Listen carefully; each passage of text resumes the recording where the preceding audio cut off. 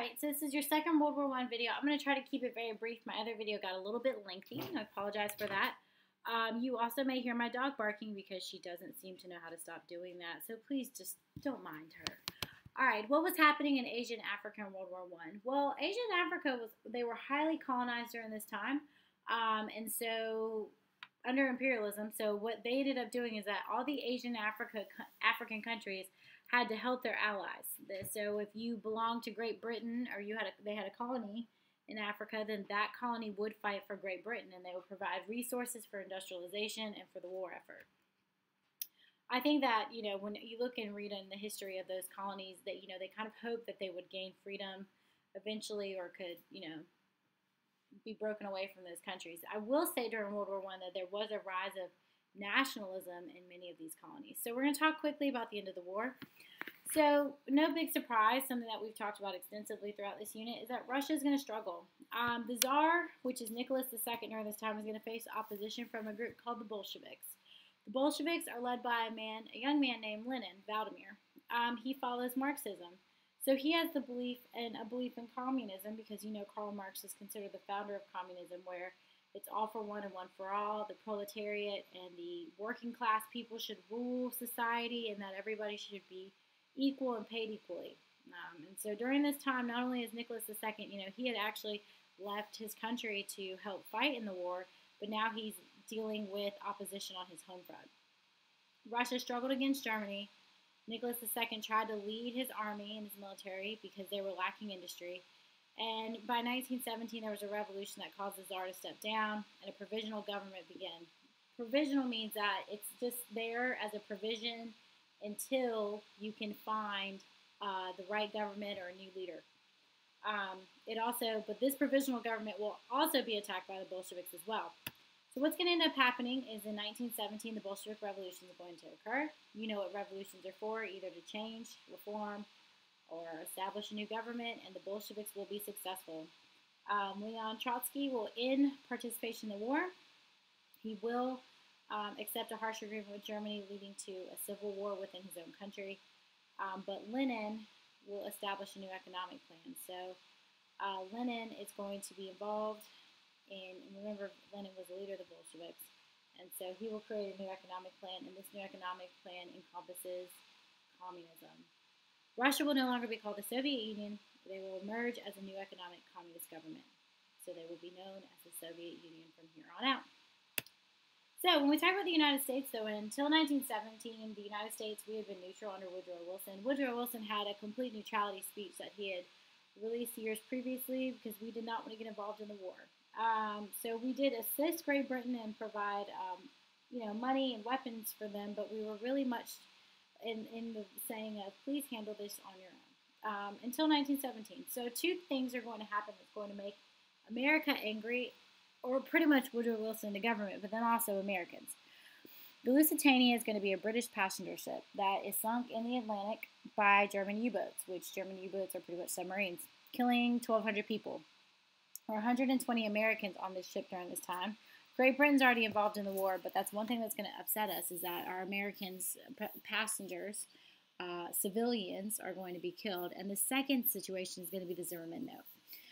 Germany is going to try to get Mexico to start a war with the United States as a distraction, and Germany does not want the United States to get involved in World War I because they know that we are the type of country, we were a superpower during this time. We would come in, we would help in the war.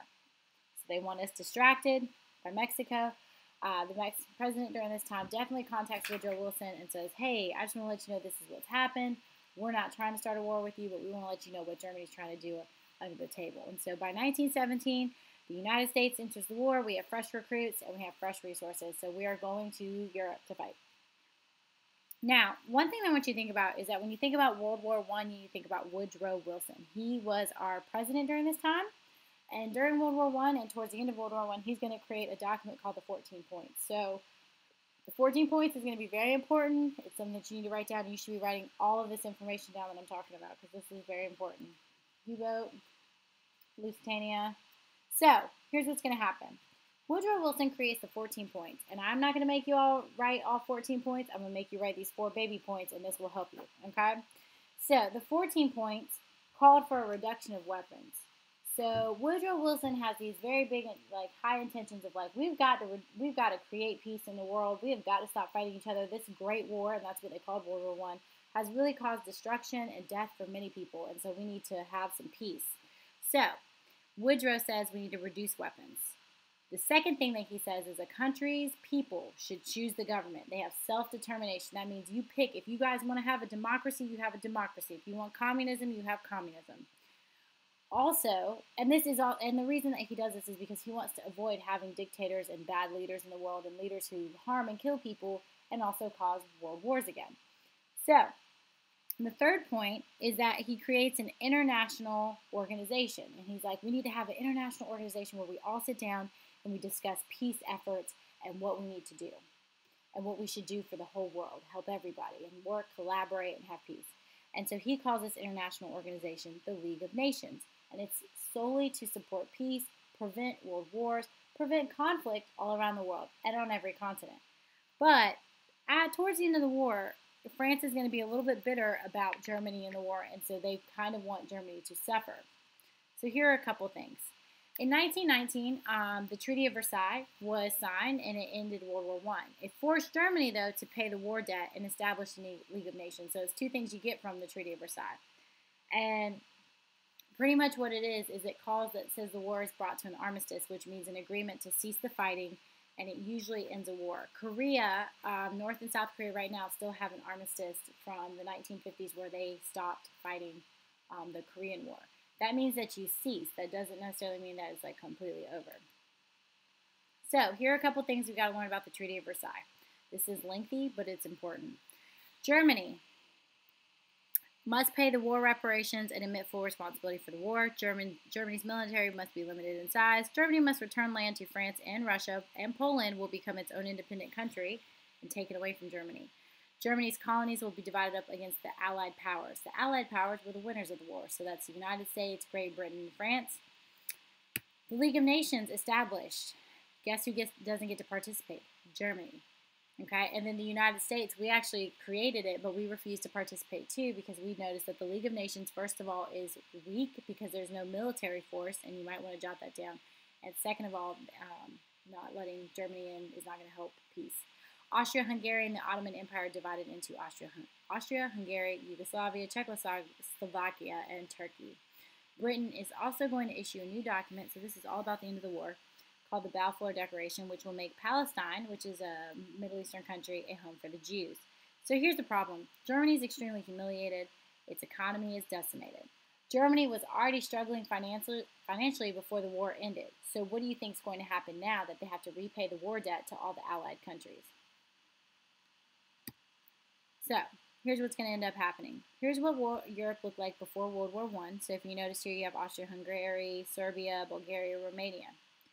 When you look at these countries and look at Germany here, you slide over to this map. Germany and Russia and Yugoslavia and Czechoslovakia, they all, like Czechoslovakia and Yugoslavia didn't exist before. So when you take a look at the map, you notice that Austria-Hungary is broken down into pieces because they did not win the war. And so winners of wars break other countries that lose apart to make sure that their power is diminished. And that is exactly what they've done here. Then you have the Balkan Peninsula.